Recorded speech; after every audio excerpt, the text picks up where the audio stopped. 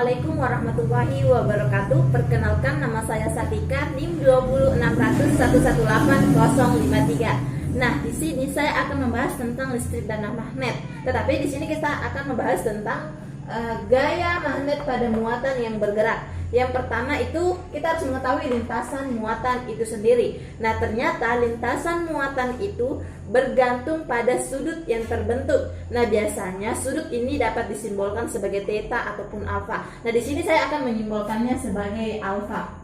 Nah, sudut yang terbentuk itu terjadi ketika kecepatan medan magnet itu dikali dengan medan magnet itu sendiri, sehingga terbentuklah sudut pada medan magnet itu sendiri. Nah, ada beberapa opsi. Ketika alfanya itu sama dengan 0, maka otomatis gaya magnet yang terbentuk adalah sama dengan 0, sehingga lintasannya berupa lintasan lurus. Ketika alfanya itu antara 0 derajat sampai dengan 90 derajat, otomatis lintasan yang terjadi adalah berbentuk heliks atau spiral. Berbentuk seperti ini, semacam pegas. Nah, ketika sudutnya itu sama dengan 90 derajat, dan ini saya akan menjelaskannya. Ketika kita memiliki medan magnet yang berbentuk cross, artinya medan magnet itu akan masuk ke dalam bidang tersebut. Nah, ketika kita memiliki muatan positif di bawah sini, maka otomatis arah kecepatannya maka arah ke kanan sesuai dengan kaidah tangan kanan, di mana biasanya kan jempol itu adalah arah kecepatannya. 4 jari-jari ini merupakan arah gaya medan magnet tersebut, dan telapak tangan ini merupakan medan magnet itu sendiri, sehingga arah gaya magnetnya ke atas, sehingga terbentuklah sudut 90 derajat. Nah, sudut 90 derajat ini biasanya akan berbentuk lintasan yang melingkar.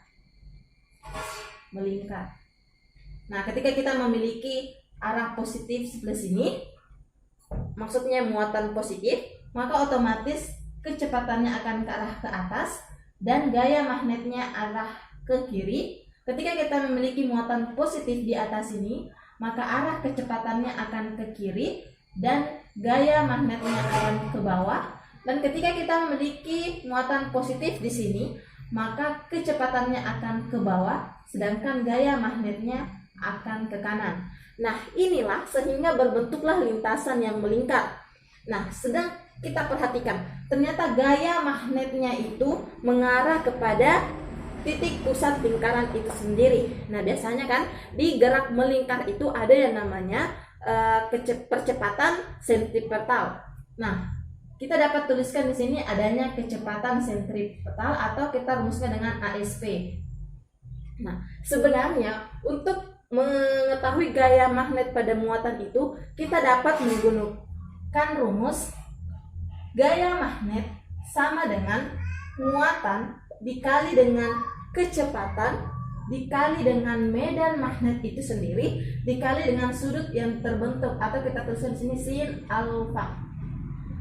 Nah, ini merupakan rumus umum untuk mencari gaya magnet pada muatan itu. Nah, ketika kita mengarahkan kepada hukum Newton, di mana hukum Newton itu untuk mencari gaya F sama dengan massa dikali percepatan. Nah, mengarah ke rumus F sama dengan M kali A, maka kita dapat menggunakan rumus dengan gaya magnet sama dengan massa dikali dengan percepatan sentripetal yang pada lingkaran tadi yang menuju ke pusat lingkaran itu sendiri. Nah, kita ketahui bahwa gaya magnet menggunakan rumus Q dikali V dikali B dikali sin alfa sama dengan, kita tulis kembali massa. Nah, rumus untuk percepatan sentripetal adalah V kuadrat per R, artinya kecepatan dipangkat 2 dikali dengan jari-jari yang pada lingkaran itu sendiri. Nah, setelah itu kita dapat menghabiskan ruas kanan dan ruas kiri itu kecepatannya karena sama, sehingga kita dapat tuliskan bahwa Q dikali B dikali sin. Kita gunakan di sini kan sin 90 derajat. Otomatis kita menggunakan sin 90 derajat sama dengan M dikali V per R. Nah, sin 90 derajat itu kan bernilai 1. Dan kita naikkan untuk R-nya ke sebelah sini. Sehingga kita dapat tulis Q dikali dengan B dikali dengan R sama dengan M dikali V. Nah, M kali V itu tidak lain dan tidak bukan adalah momentum. Sehingga kita dapat tulis Q dikali B dikali R sama dengan P. Ini dapat kita gunakan rumusnya. Nah, untuk mencari V di sini pada momentum itu kita dapat menggunakan rumus, yaitu V sama dengan omega R. Nah, di mana untuk mencari omega dapat kita menggunakan rumus 2πf atau sama dengan 2π per T. Sehingga kita dapat mendapatkan gaya muatan itu sendiri. Ternyata gaya magnet pada muatan bergerak memiliki hubungan dengan momentum itu sendiri. Tetapi rumus umumnya yang dapat kita gunakan adalah ini. Gaya magnet sama dengan muatan dikali dengan kecepatan dikali dengan medan magnet dan sudut yang terbentuk. Soal. Nah, dalam pengaruh medan magnet 2,5 dikali 10 pangkat minus 3 Tesla, sebuah partikel bergerak dengan kecepatan 3 dikali 10 pangkat 6 meter per sekon dan membentuk sudut 30 derajat terhadap arah medan magnet. Jika muatan partikel tersebut sebesar 1,6 dikali 10 pangkat minus 19, gaya Lorentz pada partikel tersebut adalah. Nah, di sini pertama-tama kita menuliskan yang diketahui dulu. Yang diketahui. Yang pertama adalah medan magnet. Medan magnet sama dengan 2,5 kali 10 pangkat minus 3 Tesla. Selanjutnya diketahui adalah kecepatannya V sama dengan 3 dikali 10 pangkat 6 meter per sekon. Selanjutnya yang diketahui adalah sudut yang terjadi yakni 30 derajat atau alfanya, dan muatan partikel atau Q-nya sama dengan 1,6 dikali 10 pangkat minus 19. Nah, setelah kita rumuskan yang diketahuinya, maka rumus yang digunakan yang ditanya itu adalah gayanya, gaya medan magnet itu. Berarti FB atau gaya magnet sama dengan muatan dikali kecepatan dikali medan magnet dikali dengan sudut yang terbentuk. Maka kita masukkan nilainya 1,6 dikali 10 pangkat minus 19 dikali dengan 3 dikali 10 pangkat 6 dikali dengan 2,5 dikali 10 pangkat minus 3 dikali dengan sin 30 derajat. Maka sin 30 derajat itu kan sama dengan 1/2 nilainya. Sehingga hasil dari perkalian bilangan ini semua adalah 6 dikali 10 pangkat minus 16 Newton. Baik, selanjutnya kita akan membahas tentang gaya magnet pada arus listrik. Nah, ketika kita memiliki kawat yang memiliki arus, di antaranya memiliki magnet,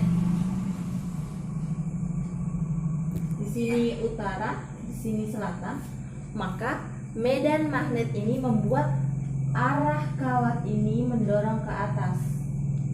Gaya pada medan magnet ini membuat atau bahkan mendorong kawat yang dialiri arus listrik itu ke atas, sehingga arusnya itu ke belakang. Nah, sehingga arah medan magnetnya itu ke kiri, karena biasanya arah medan magnet itu dari utara ke selatan sesuai dengan kaidah tangan kanan, di mana jempol adalah kecepatan, 4 jari-jari ini merupakan medan magnet, dan telapak tangan merupakan gaya medan magnet itu sendiri. magnet pada arus listrik, kita dapat menggunakan rumus FB atau gaya magnet listrik adalah hasil dari sebanding dengan medan magnet dikali dengan arus yang mengalir dikali dengan panjang kawat yang digunakan dikali dengan sin alfa atau sudut yang terbentuk. Nah, sudut yang terbentuk di sini itu diperoleh dari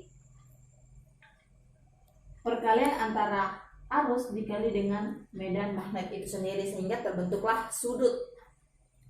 Nah, selanjutnya kita masuk contoh soal.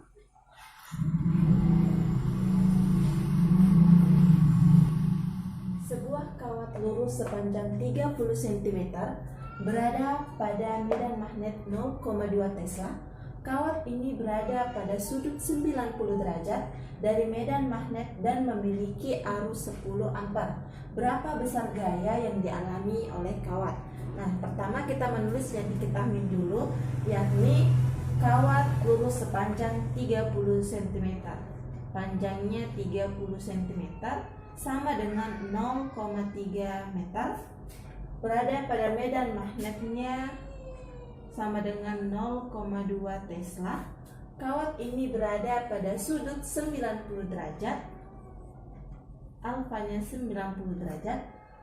Medan magnet dan memiliki arus 10 ampere. I-nya 10 ampere. Nah, rumus yang kita gunakan adalah gaya magnet sama dengan medan kali dengan arus dikali dengan panjang kawat dikali dengan sudut yang terbentuk. Maka kita masukkan nilainya. Medan magnet memiliki nilai 0,2, arus memiliki 10 ampere, panjang kawat sepanjang 0,3 meter, dan sin alfa yang terjadi adalah sin 90. Sin 90 berarti nilainya 1, sehingga hasilnya adalah 0,6 Newton. Baik, demikian kaitan ayat Al-Quran dengan magnet. Dalam Quran surah ke-36 ayat 36 yang artinya, Maha suci Tuhan yang telah menciptakan pasang-pasangan semuanya, baik dari apa yang ditumbuhkan oleh bumi dan dari mereka maupun dari apa yang tidak mereka ketahui. Nah, hubungannya di mana magnet memiliki dua kutub utara dan selatan sehingga memiliki muatan atau partikel-partikel yang bergerak dan memiliki gaya magnet. Sungguh maha besar Allah dengan segala firman-Nya. Sekian, Assalamualaikum warahmatullahi wabarakatuh.